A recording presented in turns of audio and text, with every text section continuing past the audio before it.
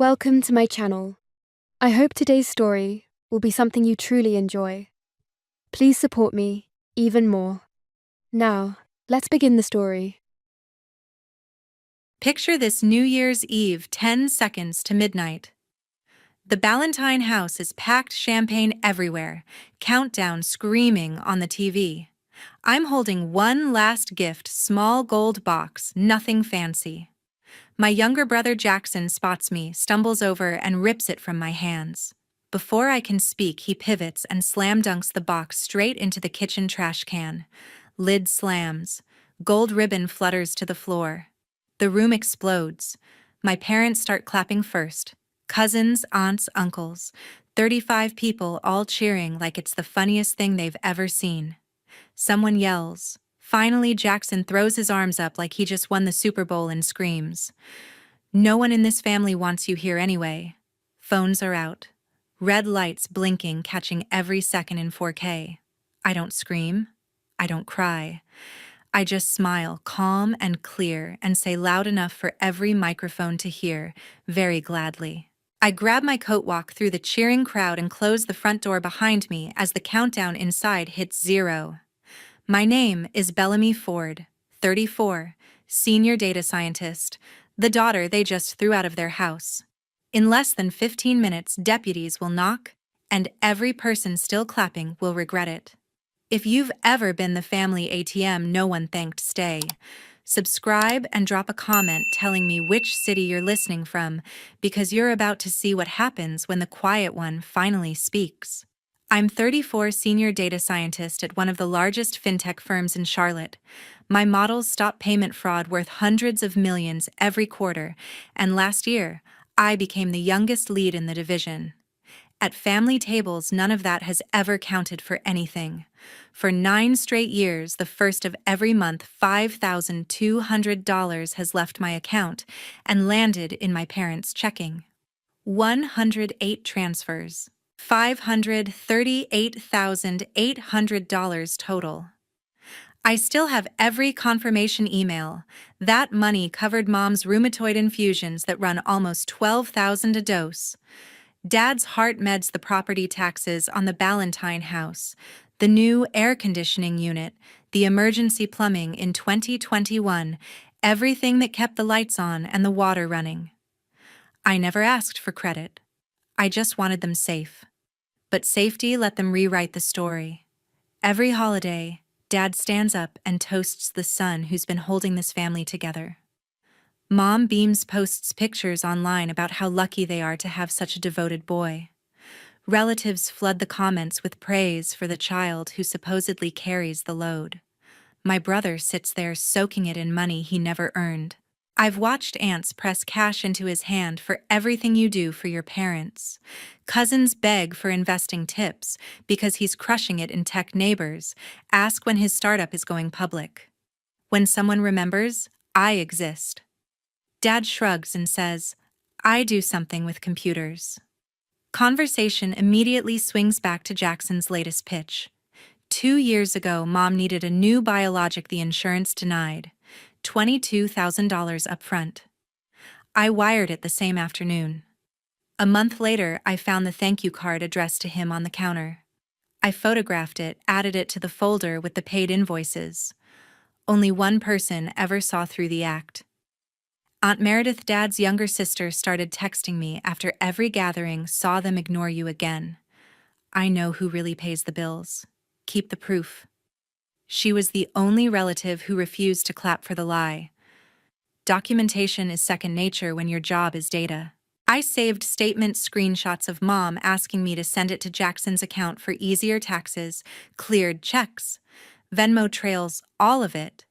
Clean data for the day the model finally had to run. People always ask why I kept paying. Because I was 16 the first time I watched Mom count coins for groceries after Dad's hours got cut. Because I saw Dad stare at medical bills like they were death sentences. Because I promised myself they'd never feel that terror again. So I fixed it the way I fix broken code, quietly, line by line, no audience required. Meanwhile, my brother moved back home at 25 after his first app crashed. He never left. Dad converted the den into his founder headquarters.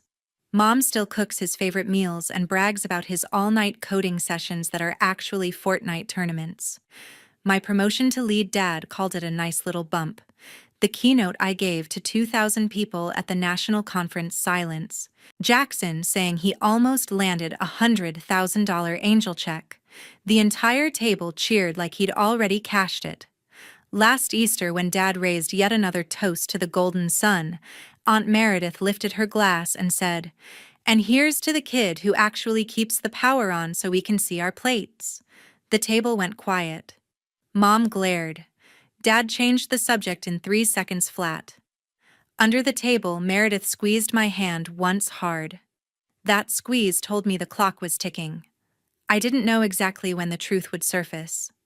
I only knew the folder on my encrypted drive was getting heavier every transfer, and someday the weight would shift. 2 months before New Year's Eve, my phone lit up with Jackson's name while I was in the middle of a board presentation downtown. I let it ring out. He called again. Then a text, "Family emergency." Answer. I stepped into the hallway and picked up on the third try. "Bellamy, we have a problem." He started voice low and dramatic, the tone he used when investors were listening. "The startup's about to close a $750,000 bridge round, but the lead wants personal guarantees before the holidays. I need you to co-sign. It's just paperwork." I stayed quiet long enough for him to fill the silence. "Look, the house is perfect collateral. Mom and Dad already agreed to put it up. The loan's only for 6 months. Once we hit the next milestone, we pay it off, and everyone wins." The house. The 4-bedroom colonial in Ballantyne with the wraparound porch and the oak tree I used to climb. The one they almost lost 3 years earlier when Dad quietly took out a second mortgage and a massive home equity line to fund Jackson's first 2 failed ventures. The one that had liens stacked so high the bank started foreclosure proceedings. I knew because I'd seen the notices when I still had access to their mail forwarding during a vacation. Instead of confronting them, I called Victoria Hayes, the real estate attorney I'd met at a Women in Tech event. She walked me through the quietest way to protect the only home my parents had ever known. We set up a revocable living trust. I paid off every lien, every overdue payment, every penalty, $691,000 total, drained from my bonus and stock options. Title stayed in Mom and Dad's names on paper, so their pride stayed intact, but the trust document named me sole beneficiary and trustee. If certain conditions were ever violated, abuse, attempted encumbrance without my consent, I could revoke their right to occupy immediately. Victoria called it the nuclear option with velvet gloves. I never told a soul except Aunt Meredith over coffee one afternoon. She just nodded and said, "Smart girl. Some people only learn when the bill comes due." Back on the phone, Jackson kept pushing. "It's a formality. The bank just wants another signature with good credit. You make what, 200 something now? They'll love you." I asked him to send the documents. An hour later, the email arrived. Bridge loan commitment. $750,000 collateral.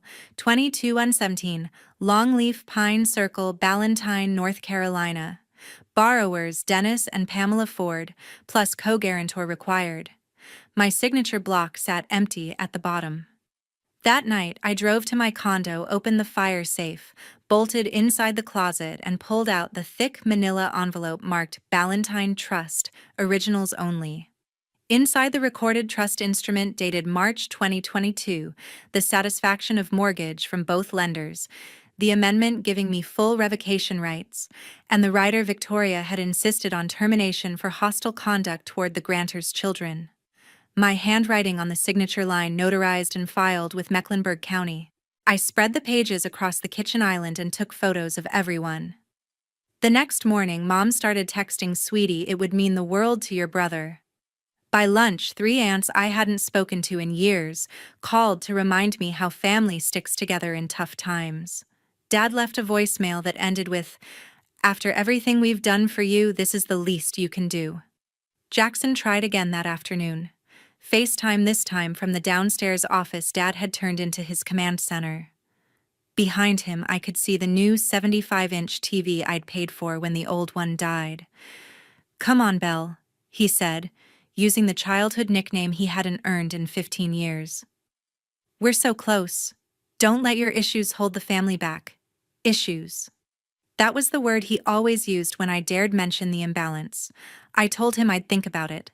Then I forwarded everything to Victoria with one line. "They're trying to pledge the house.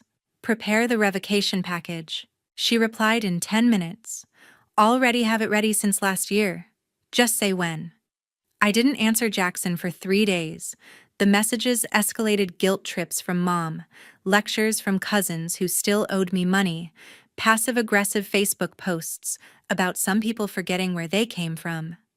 I read them all, screenshotted everything, and added them to the growing evidence folder. By the time Christmas decorations went up in Valentine, the pressure was constant. Jackson announced at the family group chat that 30 people were coming for the New Year's Eve party, our biggest ever. Mom added, "Please don't cause drama, honey. Just sign and we can all celebrate together." I read that message in my office on the 29th floor, city lights glittering below, and felt the last thread of patience snap. December 31st, the house in Ballantyne was absolutely packed. Over 35 people, cousins I hadn't seen since high school, neighbors who only showed up when free food and alcohol were involved, plus 5 guys in expensive sneakers who kept calling Jackson bro and slapping him on the back like he was already a unicorn founder. Gold and black. Happy New Year balloons bobbed against the vaulted ceiling. The 75-inch TV blared the live feed from Times Square. Mom had been cooking for 2 days straight.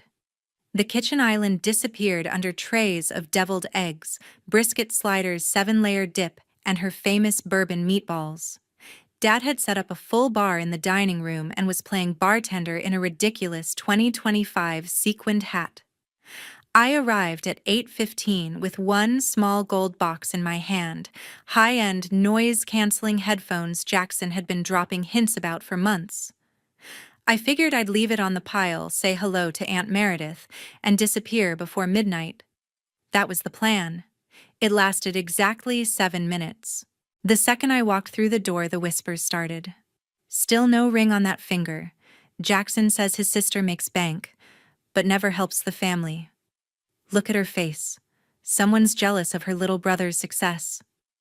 I smiled, the same tight smile I'd perfected over the years, hung my coat in the hall closet, and went looking for Aunt Meredith. She was in the sunroom with the older aunt, sipping white wine and rolling her eyes at the noise. When she saw me, she opened her arms.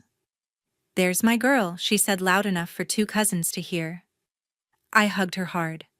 By 11:30, the champagne had done its work. Jackson was shirt half unbuttoned, tie around his head like a headband, moving from group to group with a bottle of Dom Perignon he definitely didn't pay for. Every time someone asked about the bridge round, he'd grin and say, "Locked in, just waiting on one tiny signature. Family stuff, you know how it is." Then he'd wink in my direction like we shared some inside joke. 11:52. Dad killed the music and turned the TV volume sky high. Everyone crushed into the living room for the final countdown. Phones came out.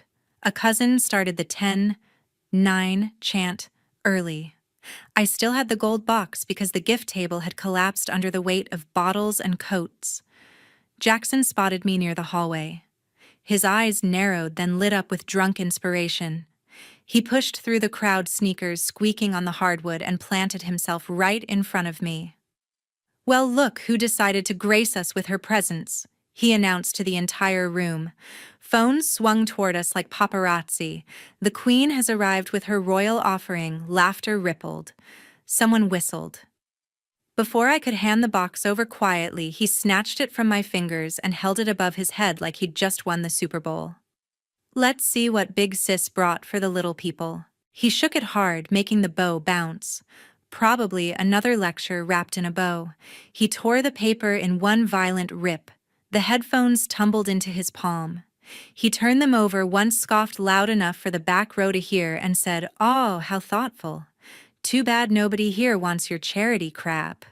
Then, with every phone in the room now recording vertically, he pivoted, took 3 dramatic steps into the kitchen, and slam-dunked the entire box, headphones, packaging, ribbon, everything straight into the stainless steel trash can.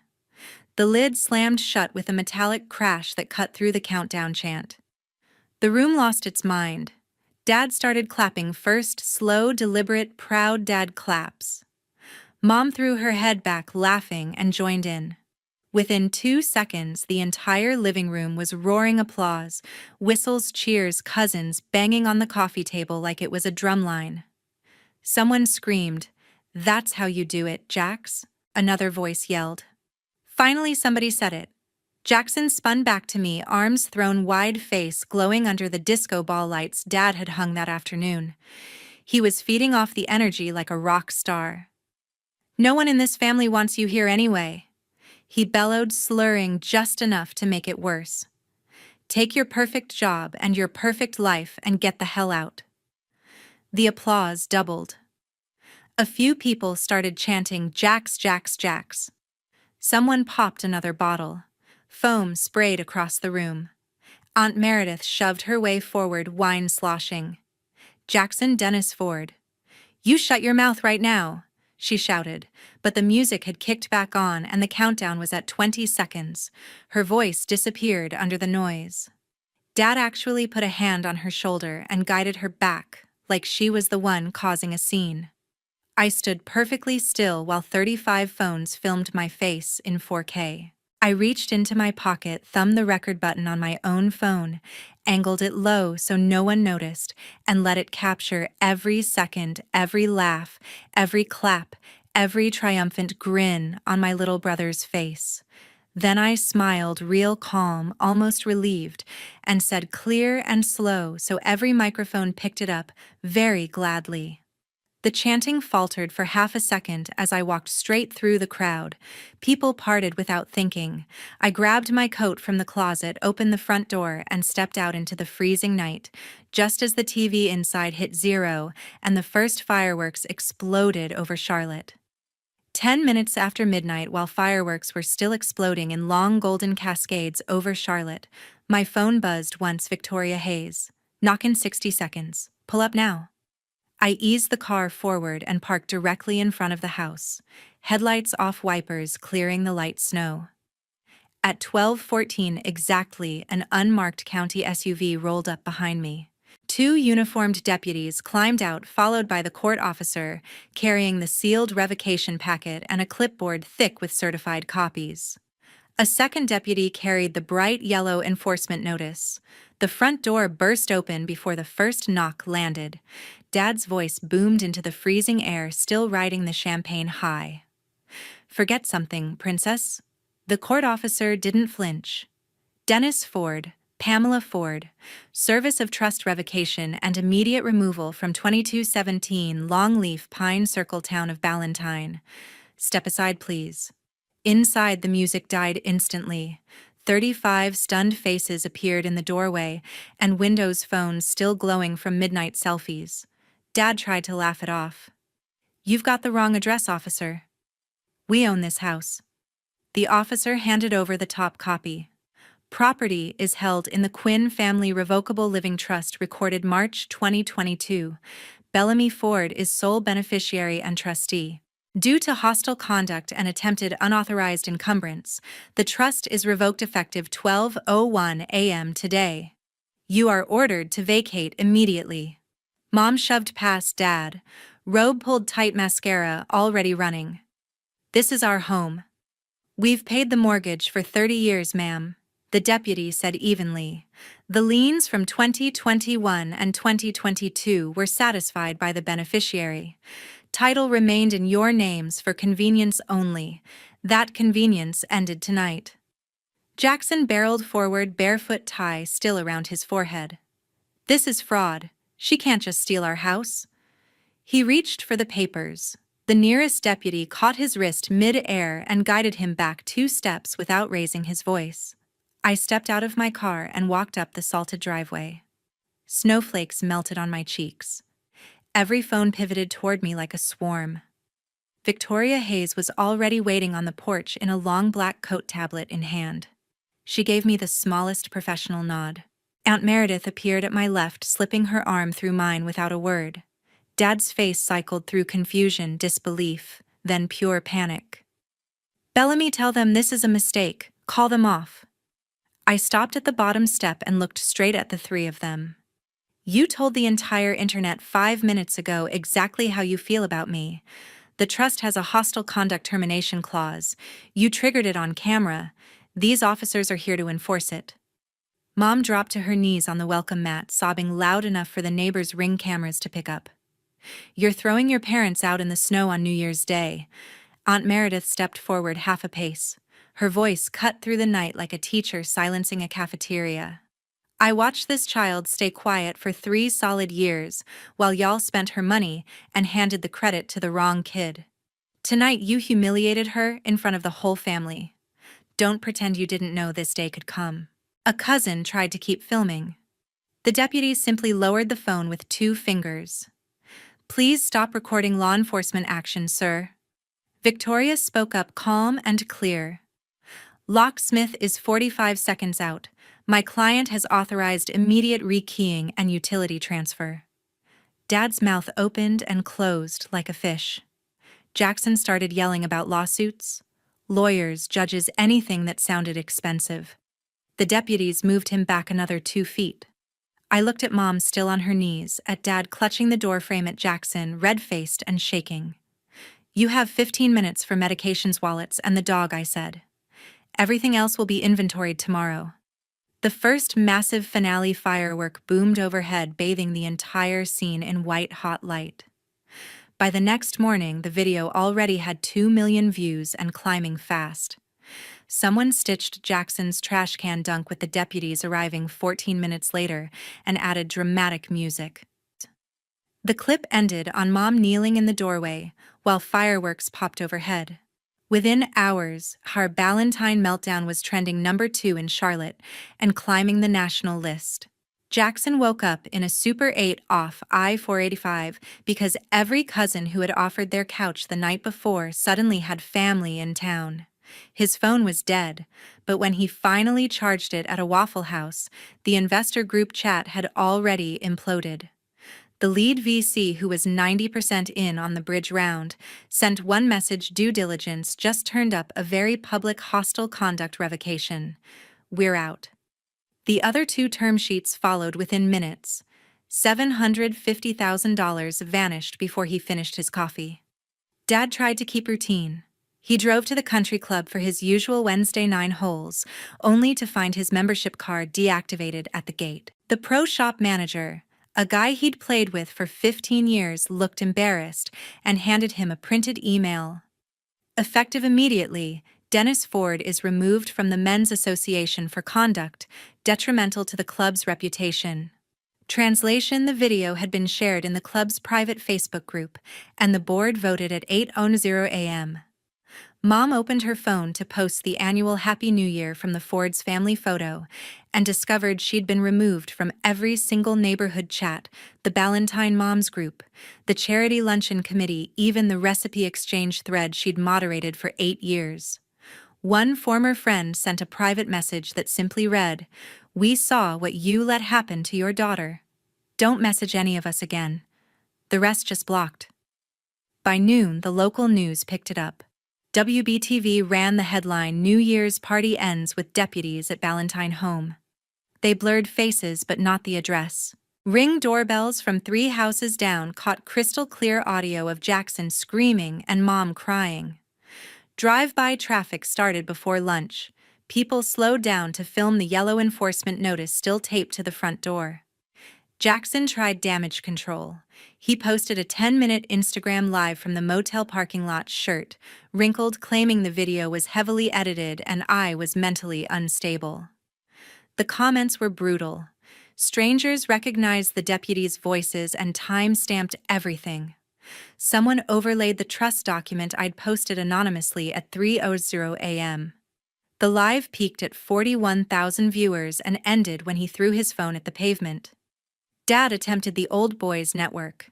He called his former bank branch manager, the one who'd approved the original HELOC, asking for a quiet refinance to fix this mess. The manager told him the story was already circulating in compliance circles and hung up. Two fraternity brothers unfollowed him on LinkedIn before dinner. Mom spent the day calling anyone who would answer, voice shaking, trying to explain that it was just champagne talking. Every call ended the same way: silence, then click. By evening, she stopped trying and sat on the motel bed staring at the wall. Aunt Meredith and I watched it all from my downtown condo. She poured 2 glasses of wine and raised hers. You gave them every chance to be decent. They chose the stage. Now they live with the reviews. By 48 hours, the video crossed 12 million views. National subreddits picked it up. TikTokers did duets reacting to Jackson's slam dunk. A verified finance account posted the trust revocation rider with the caption, "Hostile conduct clause activated." Never seen one enforced this fast. Comments called it the most satisfying New Year's karma ever. Jackson's LinkedIn went private. His startup's landing page returned a 404. The 5 investors from the party ghosted him completely. Dad's golf club stayed locked in the garage he no longer had access to. Mom deleted her Facebook. 6 weeks later, the for sale sign went up in the front yard. Bright red and white professional photos already live on Zillow. The listing agent, a woman Victoria recommended, priced it aggressively at $1,790,000 to spark a bidding war. Offers started rolling in before the open house. I never set foot inside again. Everything was handled remotely, staging company inspector appraiser. The locksmith had changed every lock the same night the deputies left. A property management firm inventoried the belongings and moved what my parents requested into a 10 by 20 storage unit in Huntersville. The rest went to auction. The house sold in 12 days for $1,750,000 cash to a couple relocating from California. Closing was set for 30 days later. The buyers wanted possession immediately after funding, so the management company delivered a formal 30-day notice to the storage unit renters, Dennis and Pamela Ford. They found a 2-bedroom apartment off Statesville Road, 3rd floor. No elevator, $1,700 a month. Dad carried the boxes while Mom sat in the rental truck and cried. The complex had a pool that closed at dusk and a laundry room that smelled like old socks. Their new view was the Harris Teeter parking lot. Jackson lasted exactly 9 days at the Super 8 before the credit card hit its limit.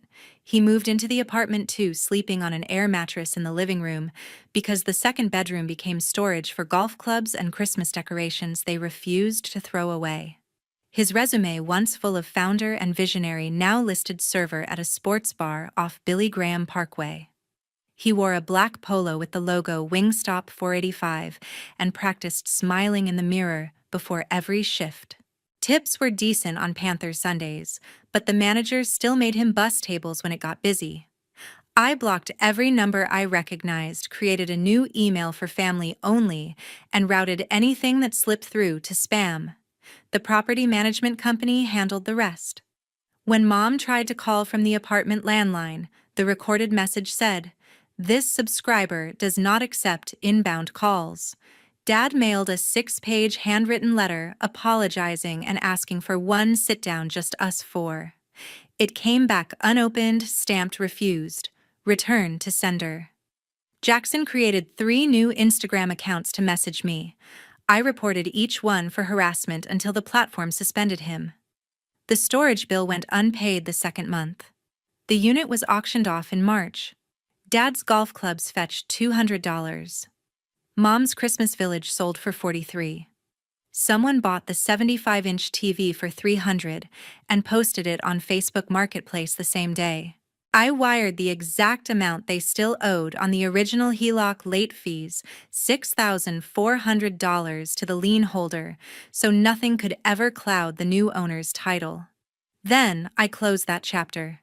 Victoria sent the final disbursement statement after commission taxes and payoff of the small remaining mortgage balance. The check was for $1,512,000.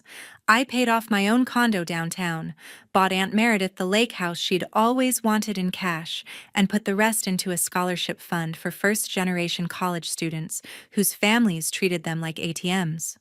Dad tried one last time in April. He showed up at my office building with a bouquet of grocery store roses and asked security to calm me down. The guard texted me a photo. I replied, "Inform Mr. Ford he is on private property and must leave immediately." Dad left the roses on the lobby table. The cleaning crew threw them out that night. Mom sent a birthday card in June with $20 and a note that said, "We miss our daughter." I donated the cash to the scholarship fund and recycled the card without writing back. Jackson got written up twice for arguing with customers who recognized him from the video.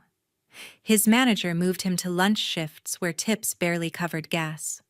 By summer, the apartment lease was in arrears. The complex tacked a red eviction notice on the door the same week the scholarship fund awarded its first 10 recipients. This New Year's Eve, I'm throwing a party in my new condo on the 29th floor downtown. The Charlotte skyline glitters through floor-to-ceiling windows. No balloons, no champagne fountain, no countdown on a 75-inch screen. Just 10 young women in their early 20s, all first-gen college students who happen to be the eldest daughters in families that treated them like walking bank accounts, and one silver-haired firecracker named Aunt Meredith who insisted on bringing her famous 7-layered dip. These 10 recipients are the first class of the Bellamy Ford Eldest Daughter Scholarship. Full tuition, books, housing, and a modest stipend so they never have to choose between rent and their mother's insulin again. Every single one of them wrote an essay that started with some version of, "I was told my only job was to pay for my younger siblings' future."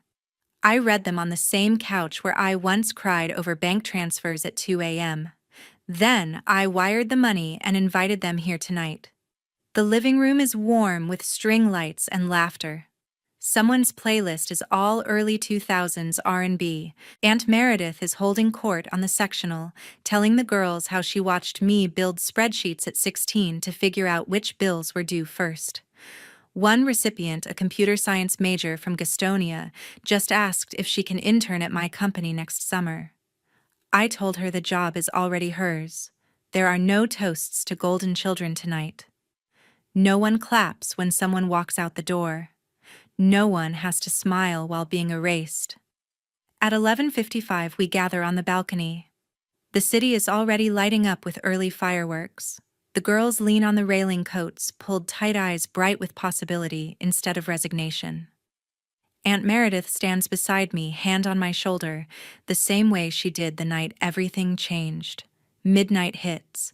Phones come out, but they're filming the skyline, not humiliation. Cheers rise soft and genuine. Someone starts singing Auld Lang Syne off-key and everyone joins in. I don't make a speech. I don't need to. These 10 women already know what happens when you stop setting yourself on fire to keep others warm. Somewhere across town in a third-floor apartment off Statesville Road, 3 people I once called family are probably watching the same fireworks from a tiny balcony that smells like fryer grease and regret. I don't know what they're doing tonight, and for the first time in my life, I don't care. I blocked the numbers, returned the letters, deleted the accounts. There is no door left open, no olive branch, no when you're ready to talk. That version of me died the moment the trash can lid slammed shut. Family isn't DNA. Family is the people who stay when the cameras are off and the applause dies. Tonight, my family is right here. 10 brilliant eldest daughters who will never again have to choose between their dreams and someone else's comfort, and one aunt who never once let me forget my worth. The fireworks end.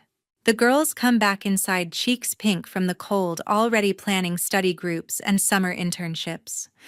Aunt Meredith refills her wine and winks at me. I raise my glass one last time, to the ones who were never the favorite, to the ones who paid the price anyway, To the ones who finally stopped paying, we drink. The city keeps shining. And for the first time in 34 years, New Year's feels like a beginning instead of another bill coming due. I am Bellamy Ford. I am done. And I have never been freer.